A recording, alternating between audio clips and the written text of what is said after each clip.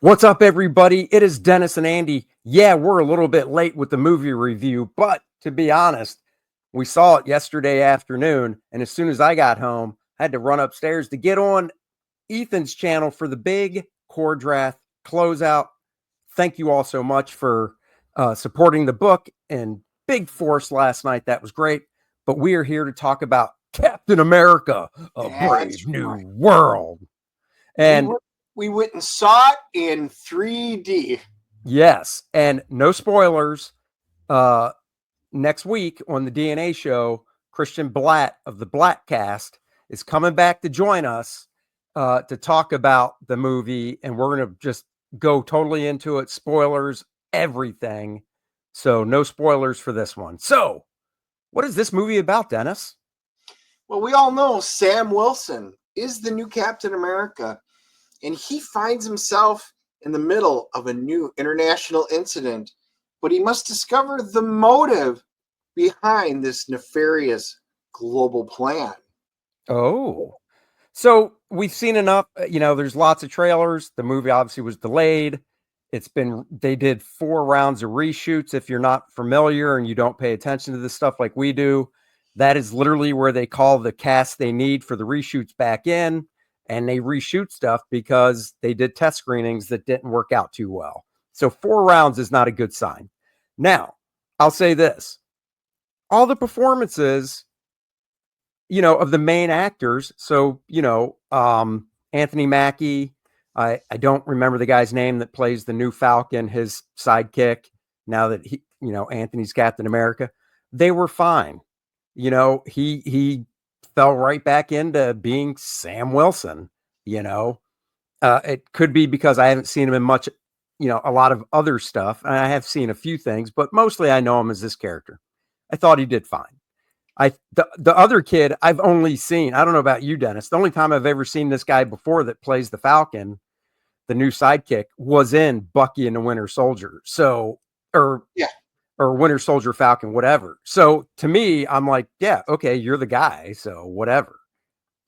Yeah, Anthony Mackie played, he kind of played, he's Cap now, but it felt very much Falcon-y. Danny Ramirez is the one that plays, Taurus, which is a sidekick, and he was fine. I'll tell you where my concern was Harrison Ford. I thought for sure. I be straight. I had very low expectations for this movie. So with that being said, one of my lows, what I thought was going to be Harrison Ford just getting a paycheck. And I was surprised. I really thought he did not phone it in. I liked what he did with the president. I was very, very happy with that. The standout for me in the movie was Carl Lumbly. He plays Isaiah Bradley. Yes. I absolutely loved him in this movie. He was the star of the movie. So here's the thing. We don't talk about the movies when we walk out. And we were thinking about doing the car review that we normally, our new standard of doing these reviews, like get in a car, set up the cell phone and record it. Yep. But we each had to get home. So that's why we didn't. But we did not talk about it. We walked out of the parking lot, got in our cars, see you tomorrow, whatever. And that was that. And I agree wholeheartedly. That dude, as you could say, OG Captain America, first experimented before Steve Rogers. That dude, Isaiah Bradley, man, he was awesome. Yep. Great casting. And one thing I liked about it is he was experimented on with the super soldier serum. Was it? So I'm trying to remember, was it before Steve or was it after Steve went missing in the ice and they were like, crap, we need a new one? I don't remember. No, he was after. Steve was the first one to be injected. He was one of the later ones because he was primarily through the Korean War. Right. And, is he aged more than, Steve would be if Steve didn't go back in time, whole Endgame thing? He is, but I think it's also because it's not the same super soldier serum. So it's a little weaker. Yeah, he was just awesome. He was awesome. Now, a couple of other guys what we need to touch on. Giancarlo Esposito was in. He is one of my favorite actors all the way around. And he played Sidewinder from the Serpent Society. What a waste. Big waste. He is so good. And you can tell he was part of the reshoot. You felt it in everything that he did. Oh, afterthought. Oh, afterthought. They should have done so much to put story around him. Big waste. I felt he was great for what he was in. Well, it, they screwed up, in my opinion, and they did this with Batroc the Leaper in Winter Soldier, where they didn't do it as bad. They did it worse in this movie. But what I'm saying is, Batroc was like he was a mercenary, right? Yeah. But they still gave him the proper colors. So when you looked at him and you found out he's Batroc, you're like, oh yeah, look at the colors and then the way he fought and jumped around because he's Batroc the Leaper. With this, the Serpent Society, what's his face? Carlo, what's his name? Giancarlo. Yeah. You're right. I'm sure he was part of the reshoots because originally, and I can't remember the wrestler's name for the life of me now, but a wrestler was supposed to play Sidewinder, I believe, originally. And they just screwed it up because they took the Serpent Society, which is superpowered villains, and just turned them into a general Black Ops team. Yep. Well, who cares? Like, they were. And there's this big guy. They hint up that, he could, he's going to come back in later movies. Oh, okay. Just a waste of a great talent. It was a waste. And it's like, come on. It's like, because they didn't do anything with superpowers with the Serpent Society, you're like, okay, I can buy him shooting guns and stuff. I mean, that's not super physical. I get it. But he's basically just wearing a trench coat.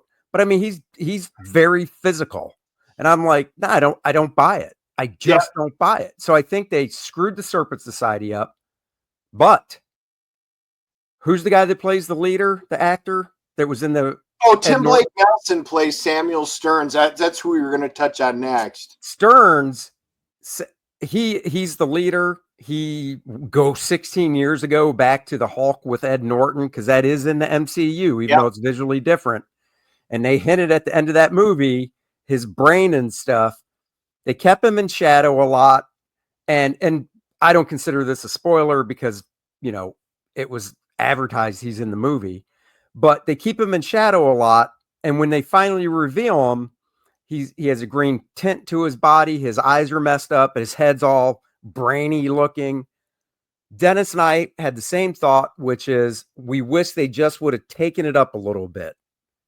A little bit. Here's the thing. From the acting standpoint, Tim was great. He was I fantastic. was glad to see that they continued on with his storyline. I was very excited, actually, because they got him to play it. It was just awesome. And they did a nice job of trying to capture his essence, because really the leader isn't a supervillain. He's gamma powered, but he isn't a man that's just a villain that's just out to wipe out people. He's calculating things, and he does things based on what he thinks is right. It's just morally it's wrong a lot of times, and it's based on percentages. You kind of got that. I liked where they went with it. But man, when you actually got to see him, and he was, like you said, he's in the background, he's talking, and I'm like, oh, can't wait to see him. Can't wait to see him. And then when you finally see him, you're like, oh damn. Well, I wasn't let down that much, because let's be real. In the comic books, it's literally a dude that has a big stack head with black hair. Right. In the newer version, I think he's got more of like a butt face. Okay. So I didn't even know there was a newer version. Well, I didn't know there was a newer version. I wasn't that, like I said, I was fine with the stuff they did on the top of his head. And, he has green skin. His eyes are messed up. I just wish instead of just building on top of his skull, they would have jacked it up some. Look, you got $300 million that you're whipping CG out left and right on there. For the little bit that you actually saw Dude, him they in wouldn't have there, had to do any spend the money CGI. to do it. Just They, spend the money to do it. they wouldn't have had to do CGI. It would have been all prosthetics. Doesn't matter. Then they should have done it. No, I was agree. let I down. agree. I'm just For saying. this kind of a budget, they screwed the pooch on it. I disagree. I didn't hate it, but I agree with you. They could have spent the extra money for the prosthetics to jack his head. We're kind of on the same page. You're just hate it. I was more let down than what don't. you were. I liked the acting of him. I just Yeah. didn't like his visuals. And for me, that was a big thing. The one thing that drove me nuts in this, and it's just, there was an actress that comes in and she plays the security. She's Harrison. She's Theodore Thunderbolt Ross's head of like security, not She's Secret played by Service. Shira But Haas, and she plays Ruth, and she's a Black Widow, a former Black Widow. And if you were just seeing her up close and stuff, and you watched her talk, I liked her acting and stuff. yeah. But there's a trope in a lot of these movies, and this was one of it. We had to look. She is so small and tiny, and I don't mean just typically small and tiny. No, we're not talking like Rosie Perez. We are talking. We actually had to look it up, and even because I needed to find out, because I'm like, this is so unrealistic. I loved her presence on the screen, yeah. but when you see her fighting people, all they will say is she is under 5 feet. There is no way to find out the thing. And really looking at her, she looks like she's 80 to 90 pounds. Yeah. And she is, even being a Black Widow. Now, if she was just, she had like the Black Widow, the stings, and she's shooting them out and doing stuff, staying at this, that's cool. But she is up close. She's doing all of this with she's the taking big down girl dudes that are like soldiers. she's fighting guys like our size that know how to fight as well. And Dennis is right. Scarlett Johansson isn't super tall, but she's curvy, and you can tell she works out and she fills it out. Guys, this is the epitome of taking a 2x4 and putting clothes on it and putting sticks for arms and sticks for legs. I'm sorry, she had great screen presence, good actress, but physically the stupidest casting I've ever seen. Yep. All right. That's that's pretty much the bulk of the cast that's important to talk about. So the casting overall, like I said, Carl stole the movie, and honestly, with that kind of presence, he could have his own movie.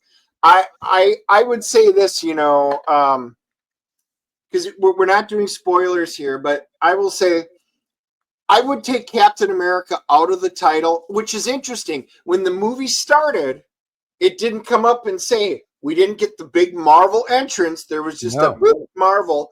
And then it didn't say Captain America. It came up and it went Brave New World. Right. That was it. We didn't even get Captain America. And I was like, this is really odd. And that's because, honestly, this wasn't a Captain America movie. You could have taken Sam Wilson out of this movie and just had Carl in it, and you would have lost nothing in this movie. I disagree with that. And we can go into spoilers for the reason I disagree later on Wednesday, because this isn't even a big spoiler. So I'm not even going to count it as one because it was in the preview. Dude, Isaiah was in jail most of the time. So you couldn't take Captain America out, Sam Wilson. Yeah, you could, because this was basically a Hulk-centered movie. And they it was all based. I can tell you, the villains are the Hulk. It all had to do with all the Gamma stuff. Yes, but what I'm saying is, without major reshoots, if you're just saying the way the movie is now, edit stuff so he's not in it, not really, because the Hulk really is, and this isn't a spoiler, it was seen online and stuff or talked about. He was basically in 5 to 6 minutes of the movie at the big climax. Well, this is what I'm going to say when we talk to Christian. He might totally agree with you on this, but if you are the star, Captain America, everything you do, your actions as Captain America, it's your movie, should have dire consequences for everything that happens in this movie. I cannot honestly say that is the fact at all. No, I get it. It is not Sam's Well, decisions that change or move no, this movie. I get it. I get it. I see that. I think, one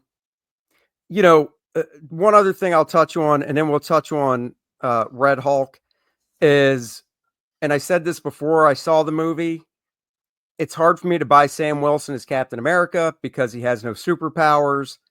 I was hoping that the suit that he wears might give him some boosted strength or something like that. It does not. All it is, and this is in the trailer, his wings he got from Wakanda. So they're vibranium. So he can use those as a weapon. But when he fights, and there's a hand-to-hand fight, a few of them in the movie, and I'm just like, dude, I don't give a F who you are. You don't have the stamina to hold up that long. They did a better job when Daredevil, in season 1 of Daredevil, when he went down that single shot hallway, kicking the shit out of guys, that by the time Daredevil got to the end of that hallway, which was a 3-minute scene, he was so winded, it wasn't even funny. Yep. Sam Wilson's beating the crap out of guys, and he's taking punches too, don't get me wrong, but he's barely winded. And stabs. Yeah, so join us Wednesday for the big spoilers of everything. Yep. The Red Hulk, we saw him on the trailer. He looked great. I mean, it looked like Harrison Ford. The more you see him in the movie, you're like, man, they really did do a good job of how they made Ruffalo look like Green Hulk with Harrison Ford. He was big. They did a good job. Yep, I agree. It looked like Harrison when he transformed. I thought it was great. Way too short. Way too short. When you see the trailer, this is another issue I've got with Marvel. You're thinking, oh, we're going to get a lot of Hulk in this. I'm not the biggest Red Hulk. I like the Green Hulk better. But you know what? I was curious to see where they went with it. And you waited and waited. And then, of course, it was 5-6 minutes in the movie. And I'm like, oh, that's it. Because he's featured so prominently in the marketing of it. And it was kind of a see me now, see me later. I don't know. My overall feeling of what they were trying to do is they were trying to do a Winter Soldier type movie, because a lot of, and we'll talk about this in the spoiler one on Wednesday, a lot of the story was political stuff. And that's kind of how Winter Soldier was. So, but they missed the ball. I mean, Winter Soldier, one of my favorite best. This one, it's fantastic. Anyhow, I'm ready to grade it if you are. Yep, I am. Whose turn? Your turn. Is it? Okay. So here's the funny thing. I went in with very low expectations because of everything I knew going in. I came out and I was pleasantly surprised. I'm actually giving it I'm going to give it a 6.5, and I don't think that's awful. I am actually, like I said, I'm glad I went to see it in the theater. It's not by any means one of the worst. Like, I don't know about you, Dennis.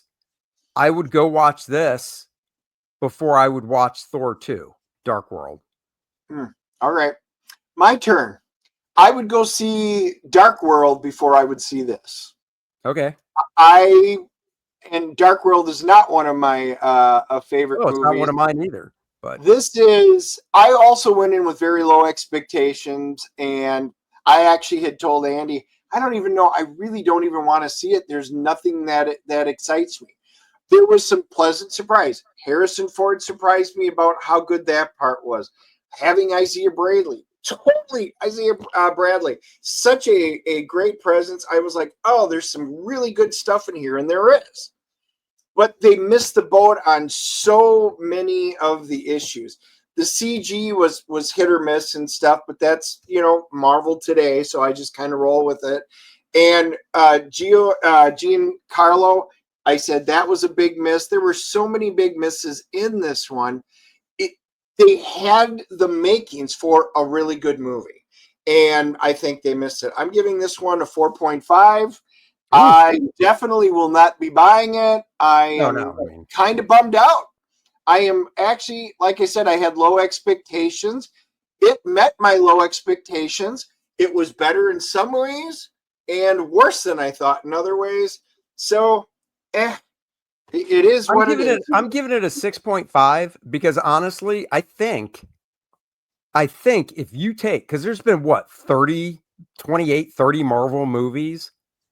I think if you rate every one, add it and average it, I think this is an average Marvel movie because I think the average would probably be around a 6.5. There's Because not a lot of movies that I would place below this one. no, And I Marvels, know what you're saying, but like I said, if you take the averages, because there's only been out of 28 Marvel movies or however many there are, I know it's over 25, I think.